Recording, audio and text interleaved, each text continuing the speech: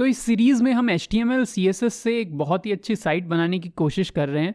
तो अभी तक हमने पूरा टेम्पलेट बनाया है, काफ़ी एनिमेशन सब कुछ लगाया है, लेकिन अगर इसको मोबाइल लेआउट पे देखते हैं तो एकदम परफेक्ट नहीं दिखा रहा। तो इसलिए इस वीडियो में हम इस साइट को रिस्पॉन्सिव बनाएंगे। तो जो चीज़ें बहुत अच्छी नहीं दिखाई दे रही हैं, या जैसे आप देख रहे हो ओवरलैप हो रही हैं, या मेन्यू भी प्रॉपर नहीं दिखाई दे रहा है, वो सब चीज़ हम कैसे बना सकते हैं। तो इसके लिए हमको मीडिया क्वेरीज देखनी पड़ेंगी। तो मीडिया क्वेरीज आप चेकआउट कर सकते हो W3 स्कूल पे। इसमें @media एक छोटा सा टैग होता है, उसके साथ में आपको ये देना होता है कि मिनिमम इतनी विड्थ, जैसे डेस्कटॉप के केस में आपको पता है कि डेस्कटॉप कितनी विड्थ का होता है। तो जब आप कहोगे कि कम से कम इतनी विड्थ तो स्क्रीन की हो ताकि स्क्रीन इतनी बड़ी तो हो, तो यानी आप कह रहे हो कि मैं डेस्कटॉप के लिए बनाना चाह रहा हूँ। या फिर आप कहो कि मैक्सिमम विड्थ हो, ठीक है। तो जैसे मिन विड्थ का क्या मतलब हुआ, जैसे आप इसमें देखोगे तो मिन विड्थ का मतलब हुआ कि मिनिमम आपको 1000 पिक्सल वाइड तो चाहिए, मतलब आप बेसिकली डेस्कटॉप के लिए प्रोग्राम कर रहे हो। और मैक्स विड्थ कई बार आप लिखते हो, उसका मतलब है कि मैक्सिमम 500 पिक्सल हो, मतलब आप फ़ोन के लिए प्रोग्रामिंग कर रहे हो। जहाँ पे मैक्सिमम लिमिट लगा रहे हो मतलब छोटी चीज़ के लिए, मिनिमम लिमिट लगा रहे हो यानी बड़ी स्क्रीन के लिए। तो इस तरह से हम ये कॉपी कर लेते हैं, एक सिंपल, इसको और एक्सप्लेन करेंगे जो मैं बोल रहा हूँ।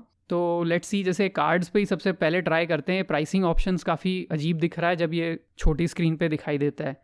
तो मैं मीडिया क्वेरी पुट करता हूँ जहाँ प्राइस कार्ड्स हमारे हैं, तो यहाँ पे पेस्ट कर देते हैं। इसको थोड़ा चेंज करना पड़ेगा, तो बॉडी ये सब हटा देते हैं इसके अंदर से। तो अब आप क्लियरली देख सकते हो कि मिन विड्थ हम यूज़ कर रहे हैं, मतलब हम कह रहे हैं मिनिमम 800 पिक्सल का तो हो ही। वैसे तो 800 से अच्छा 1000 होगा, डेस्कटॉप थोड़े बड़े होते हैं आजकल। तो उसके अंदर आप ये सब क्लासेस पुट कर सकते हो जो आपको लग रहा है कि डेस्कटॉप के लिए उनका मतलब सही है, मतलब वो डेस्कटॉप पे ही अप्लाई होनी चाहिए। तो मैंने ये क्लासेस जो स्पेशली मेरे को विड्थ के रिलेटेड लग रही थी उन सबको इसके अंदर पेस्ट कर दिया।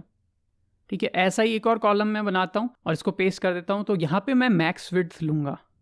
तो एक में मैंने मिन लिया था, एक में मैक्स। मैक्स का मतलब कि 800 पिक्सल तक हो, मतलब मैक्सिमम इतना हो, यानी वो मोबाइल यानी छोटी विड्थ के लिए मैं ले रहा हूँ। और ये ट्रांजिशन पॉइंट भी आप ध्यान रखो, 800 से नीचे और 800 से ऊपर तो एग्जैक्टली सही मैच हो रहा है, ऐसे बीच में गैप नहीं छोड़ सकते। कुछ चीज़ें मैं दोनों में चाह रहा हूँ कि दोनों कॉमन होगी, जैसे ये प्राइसिंग वाला और ये सेक्शन हो सकता है दोनों में मैं मैक्स विड्थ वगैरह सेम रखना चाहूँ। तो कोई भी चीज़ जो कॉमन है उसको आपको मीडिया क्वेरी के अंदर रखने की ज़रूरत नहीं है। तो मैं यहाँ पे भी इस पार्ट को हटा के यहाँ बाहर रख देता हूँ। तो ये दोनों में कॉमन, बाद में हमको ज़रूरत पड़ेगा तो हम देखेंगे, अभी के लिए ठीक है। तो सबसे पहले मैं क्या करता हूँ, फ्लैक्स डायरेक्शन को कॉलम कर लेता हूँ। ये मैंने क्यों किया, क्योंकि आपको पता है फ्लैक्स में कॉलम में एक के नीचे एक चीज़ें आती हैं, और यहाँ पे स्पेस बिटवीन की जगह मैं फ्लैक्स स्टार्ट कर लेता हूँ। फ्लैक्स का वीडियो एक अलग लिंक में आप जाके देख सकते हो, क्योंकि फ्लैक्स समझना इस वीडियो में पॉसिबल नहीं है, आप उस वीडियो में जाके ज़रूर देखें। और मैंने थोड़ी विड्थ चेंज की। तो अब आप देख रहे हो जैसे ही मैं इसको स्क्वीज़ करूँगा, स्क्रीन कम करूँगा, तो फ्लैक्स अगर अप्लाई हुआ तो ये एक के नीचे एक आ गए हैं। आप देख रहे हो थोड़ा अजीब दिख रहा है, कार्ड काफ़ी वाइड सा दिख रहा है, लेकिन एक के नीचे एक वो आ गए थे। तो कॉलम लेआउट उस पर स्विच हो गया अपने आप। अब थोड़ा सा हम विड्थ वगैरह एडजस्ट करेंगे इनको थोड़ा अच्छा दिखाने के लिए। मैक्स विड्थ मैंने थोड़ी और कम की है, तो अब थोड़ा सा ठीक दिख रहा है। तो मैक्स विड्थ मैं एक पर्टिकुलर पिक्सल में दे देता हूँ ताकि उससे बड़ा ना दिखाई दे, और विड्थ 80%। तो इस केस में क्या है कि मैक्सिमम 80% वाइड होगा, लेकिन 500 पिक्सल से बड़ा भी नहीं दिखेगा। मतलब अगर सपोज आपकी स्क्रीन और बड़ी होगी तो बहुत ज़्यादा बड़ा कार्ड नहीं दिखाई देगा। तो एक लिमिट मैंने उस पर पुट कर दी। अलाइन आइटम सेंटर, ये भी एक फ्लैक्स की चीज़ है कि आप कैसे परपेंडिकुलर एक्सिस पे चीज़ों को बीच में अलाइन करते हो, उससे वो अलाइन हो गए हैं। मार्जिन बॉटम, क्योंकि कार्ड के नीचे आप देख रहे हो अभी स्पेस नहीं है, तो अब हर कार्ड के नीचे प्रॉपर स्पेस आ गया है। ये मार्जिन बॉटम हमको हॉरिजॉन्टल में देने की ज़रूरत नहीं थी, क्योंकि हॉरिजॉन्टल में तो चीज़ें एक ही लाइन में थी, पर यहाँ पे कुछ एक्स्ट्रा प्रॉपर्टीज़ भी देनी पड़ रही हैं। थोड़ा और एडजस्ट कर रहा हूँ मैं विड्थ को, ताकि ये अब ये मेरे को कुछ ठीक लग रहे हैं कार्ड एक के नीचे एक, और कोई मोबाइल पे भी अगर यूज़ करेगा तो इसको पढ़ पाएगा। और जैसे ही वाइड करते हैं हम ये साइड में आ जाते हैं। तो 800 को आप 1000 भी कर सकते हो, जिस हिसाब से आप सोच रहे हो। अब 1000 पे भी ये इस तरह से दिखेगा। और क्योंकि हमने मैक्स विड्थ रिस्ट्रिक्ट की थी तो कार्ड बहुत बड़ा भी नहीं हो रहा है, वो 500 पिक्सल से ज़्यादा जाएगा नहीं, तो 400 पिक्सल भी कर सकते हो। तो अब कार्ड बिल्कुल ही अच्छा दिख रहा है, ज़्यादा बड़े करने से भी वो इस तरह से फैलेगा नहीं। अब यहाँ इसको भी हम सॉर्ट आउट करते हैं, ये दोनों चीज़ों को। तो आप ऊपर देख रहे हो ये कुछ ऐसा टाइटल्स लिखे हुए हैं और साइड में एक इमेज है, इनको भी हम एक के बाद एक दिखाना चाहेंगे। तो मैं ऐसा ही लॉजिक लगाता हूँ जैसे हमने पहले लगाया था। मैं मीडिया क्वेरीज को कॉपी करता हूँ और यहाँ होम सेक्शन जहाँ हम बना रहे हैं उसके पास में मैं पेस्ट कर देता हूँ। तो टाइटल ग्राफिक और टाइटल 2 सेक्शंस थे, अगर आपको याद है पहले से, तो उन चीज़ों को मैं इसमें पुट कर दूंगा। तो ये जितनी भी विड्थ है तो मिन विड्थ कर देते हैं, ये डेस्कटॉप के लिए हो गई, और मैक्स विड्थ जो हम करेंगे वो आपकी मोबाइल या स्मॉलर स्क्रीन के लिए हो गई। तो इसमें भी आप फ्लेक्स डायरेक्शन को कॉलम या रो कर सकते हैं, पर इसमें ध्यान रखें ये जो दूसरा कॉलम है ये वो वाला कॉलम नहीं है, ये इसके अंदर ही कुछ कंटेंट था उसको अरेंज करने के लिए। तो एक्चुअल फ्लेक्स डायरेक्शन आपको कहाँ चेंज करनी है, वो आपको होम में चेंज करनी है। तो यहाँ पे मैं फ्लेक्स डायरेक्शन कॉलम कर देता हूँ। पूरा डिव में चेंज करोगे तो ये एक के नीचे एक आने चाहिए। छोटी स्क्रीन पे आप देख रहे हो आप कैसे ऊपर कंटेंट आ रहा है और इमेज नीचे आ रही है। इस चीज़ को अगर रिवर्स करना हो कि इमेज ऊपर लाना है, कॉलम रिवर्स यूज़ कर सकते हो आप। तो ये मैंने गलत जगह कॉलम रिवर्स लिख दिया। ये हमने देखा था ये टाइटल के अंदर का कंटेंट है, यहाँ पे कॉलम रिवर्स देखोगे तो इमेज ऊपर आ गई है, कंटेंट नीचे आ गया। तो इस तरह से फ्लैक्स आपको बहुत पावर देता है कि चीज़ों को रीअरेंज भी आप कर सकते हो। थोड़ी सी मार्जिन पैडिंग अभी ख़राब हो गई है क्योंकि हमने उस हिसाब से इस चीज़ को बनाया नहीं। मार्जिन ऑटो देखते हैं, आई थिंक मार्जिन ऑटो सही नहीं रहेगा फ्लैक्स में। तो अभी यहाँ पे टेक्स्ट अलाइन सेंटर ट्राई करके मैंने देखा तो text align centre is a better choice. Even पूरे टाइटल ग्राफिक पे ही आप लगा दो ताकि सारी चीज़ें उसके अंदर जो इमेज है वो सब सेंटर में आ जाए। और नीचे का कंटेंट भी अगर आपको सेंटर करना है तो उस पर भी आप टेक्स्ट अलाइन लगा सकते हो, या कंटेंट भी, क्योंकि यहाँ पे तो कंटेंट है तो कंटेंट के परपेंडिकुलर एक्सेस को भी आप अलाइन कर सकते हो। तो अभी टेक्स्ट अलाइन सेंटर ही मैंने यूज़ किया है तो इससे सही आ रहा है। इसके स्पेसिंग के लिए मार्जिन ट्राई करके देखते हैं।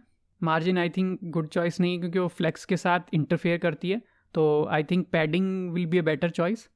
तो पैडिंग मैं टॉप पे दे देता हूँ, या ओवरऑल एक पैडिंग दे देता हूँ। तो टॉप बॉटम दे दिया और साइड में नहीं दिया है। तो अभी ये थोड़ा सा प्रॉपर दिख रहा है। अभी भी देख रहे हो इमेज थोड़ा सा कट रहा है, उसका रीज़न है कि इमेज की साइज़ हमने रिस्ट्रिक्ट नहीं की। मैक्स विड्थ 600 पिक्सल है जो कि बड़ी स्क्रीन के लिए ठीक है, यहाँ नहीं है। तो अब मैं इस परसेंटेज में देता हूँ, तो अब आप देख रहे हो इमेज भी 90% ऑफ स्क्रीन विड्थ हो गई है। तो जितना छोटा आप करोगे इमेज उस हिसाब से एडजस्ट हो जाएगी। तो अब आपकी पूरी साइड एटलीस्ट टॉप वाला पार्ट रिस्पॉन्सिव हो गया है। बाकी सेक्शंस को भी आप इसी तरह से कर सकते हो। मैं सारे सेक्शन इस तरह से करके यहाँ टाइम नहीं वेस्ट करूँगा। अब हम जो सबसे इंपॉर्टेंट पार्ट है वो देखते हैं, वो है मेन्यू।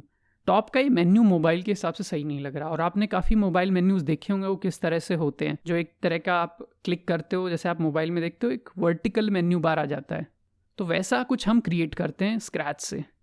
तो अगेन मैं मीडिया क्वेरीज लिखता हूँ, तो एक मिन विड्थ वाली डेस्कटॉप के लिए, मैक्स विड्थ वाली मोबाइल के लिए, और मेन्यू में जो विड्थ के पार्ट है उनको मैं कट कर लेता हूँ और यहाँ डेस्कटॉप वाला एज इट इज़ पेस्ट कर देते हैं, और यहाँ हम इसको चेंज करेंगे मोबाइल वाले को। तो इसमें मैक्स विड्थ वगैरह मैं चेंज कर रहा हूँ, जैसे मैंने 900 पिक्सल दिया है, फ्लेक्स डायरेक्शन कॉलम दिया है, जस्टिफाई फ्लेक्स स्टार्ट में मैं कंटेंट डालना चाहता हूँ। तो अब आप देख रहे हो कैसे चीज़ें वर्टिकली आ गई हैं। अभी इतनी अच्छी नहीं दिख रही क्योंकि मोबाइल में आपको थोड़ा क्लिकिंग स्पेस भी चाहिए। अलाइन आइटम सेंटर, तो ये सेंटर में भी आ गए हैं।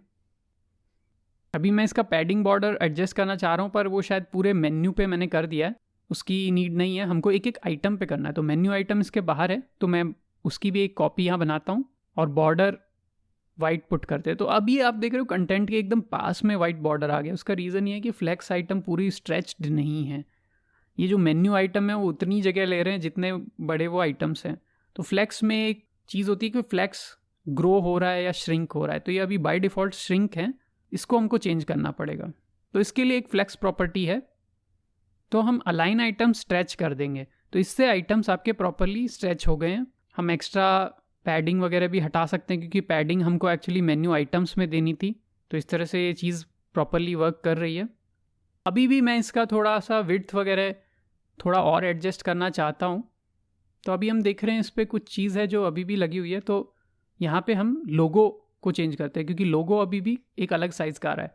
तो लोगो की एक अलग क्लास है, इस क्लास को भी हम कंडीशनली पुट करेंगे, मतलब दोनों में अलग अलग पुट कर सकते हैं। तो आपने लोगो यहाँ पे वापस से कॉपी कर दिया और इसके अंदर आपने पैडिंग पुट की है 20 पिक्सल। तो अब लोगो के आसपास भी काफ़ी स्पेस है, तो एक तरह से मैं पैडिंग कॉमन कर रहा हूँ, इसका कोई खास इम्पैक्ट हुआ नहीं है। हम देखते हैं कि इसमें अभी क्यों, अभी भी हम देखेंगे तो इसमें 5 पिक्सल और 15 पिक्सल पैडिंग कहीं से आ रही है। तो ये कभी कभार हो सकता है कि आपने और जगह जैसे यहाँ पे भी डिक्लेयर कर रखा है, जो भी चीज़ बाद में लिखी जाएगी उसकी प्रायोरिटी हाई हो जाती है, तो वो ओवरराइट कर रहा है, इसलिए इसको अंदर कट करके रख देते हैं, केवल डेस्कटॉप पे ही अप्लाई होगी। तो अब पैडिंग जो भी हम देंगे 20 पिक्सल वो इस पर ढंग से अप्लाई हो जाएगी। तो अब आप देख रहे हो किस तरह से ये मेन्यूज़ बन गए। लास्ट में जो लॉगिन बटन है उस पर भी आप ऐसा कुछ पुट कर सकते हो। इस पर मैं एक हॉवर इफेक्ट बनाता हूँ, तो हॉवर पे मैं चाहता हूँ कि कलर चेंज हो जाए, जैसा कि मेन्यू में आप एक्सपेक्ट करते हो कि उसके ऊपर हॉवर आप करो तो ये चीज़ें चेंज हो। तो जैसा जनरली हम करते हैं कि बैकग्राउंड कलर वैसा हो जाए और फॉन्ट का कलर चेंज हो, यहाँ पे अभी कुछ कलर ओवरराइट हो रहा है, तो ये भी वैसा ही केस है कि हमने कहीं और भी एक कलर दिया हुआ है जो इसको करंटली ओवरराइट कर रहा है। आप यहाँ पे हॉवर अब देखोगे तो यहाँ हॉवर प्रॉपर्टी क्लिक कर सकते हो, इससे पता लग जाएगा कि ओके ये मेन्यू आइटम हॉवर किस लाइन से आ रहा है। तो यहाँ 77 लाइन पे कहीं ये दिखा रहा है, तो ये चीज़ भी डेस्कटॉप में रख दें ताकि वो ओवरराइट ना करे मोबाइल वाली चीज़ों को। अब आप रिफ़्रेश करके देखोगे तो अब प्रॉपर चीज़ें आ रही हैं। लॉगिन बटन थोड़ा अजीब है राउंड, आप नहीं चाहते तो कंडीशनली उसको भी इसमें मॉडिफाई करके देख सकते हो, पर वो इतना इम्पॉर्टेंट नहीं है। आप लॉजिक समझ गए तो आप खुद से इस मेन्यू को डिज़ाइन कर सकते हो। मेन्यू अभी खुद से बंद नहीं होगा, आप देख रहे हो ना कि मेन्यू बस खुला हुआ है और वो अभी अपने आप बंद नहीं हुआ। तो ये चीज़ के लिए हमको एक जावास्क्रिप्ट चाहिएगी जिससे हम क्लिक करके इस मेन्यू को ओपन या क्लोज कर सकें, जो कि हम आने वाले वीडियोस में देखेंगे। बट अभी के लिए डिज़ाइन के लिए आपके लिए काफ़ी है और उसके हिसाब से आप एडजस्टमेंट कर सकते हो। तो इस चैनल पे हम देखते हैं इंटरेस्टिंग कोड कॉन्सेप्ट्स और उनके एग्जाम्पल कोड्स। अगर आप और ऐसे वीडियो देखना चाहते हैं तो सब्सक्राइब कीजिए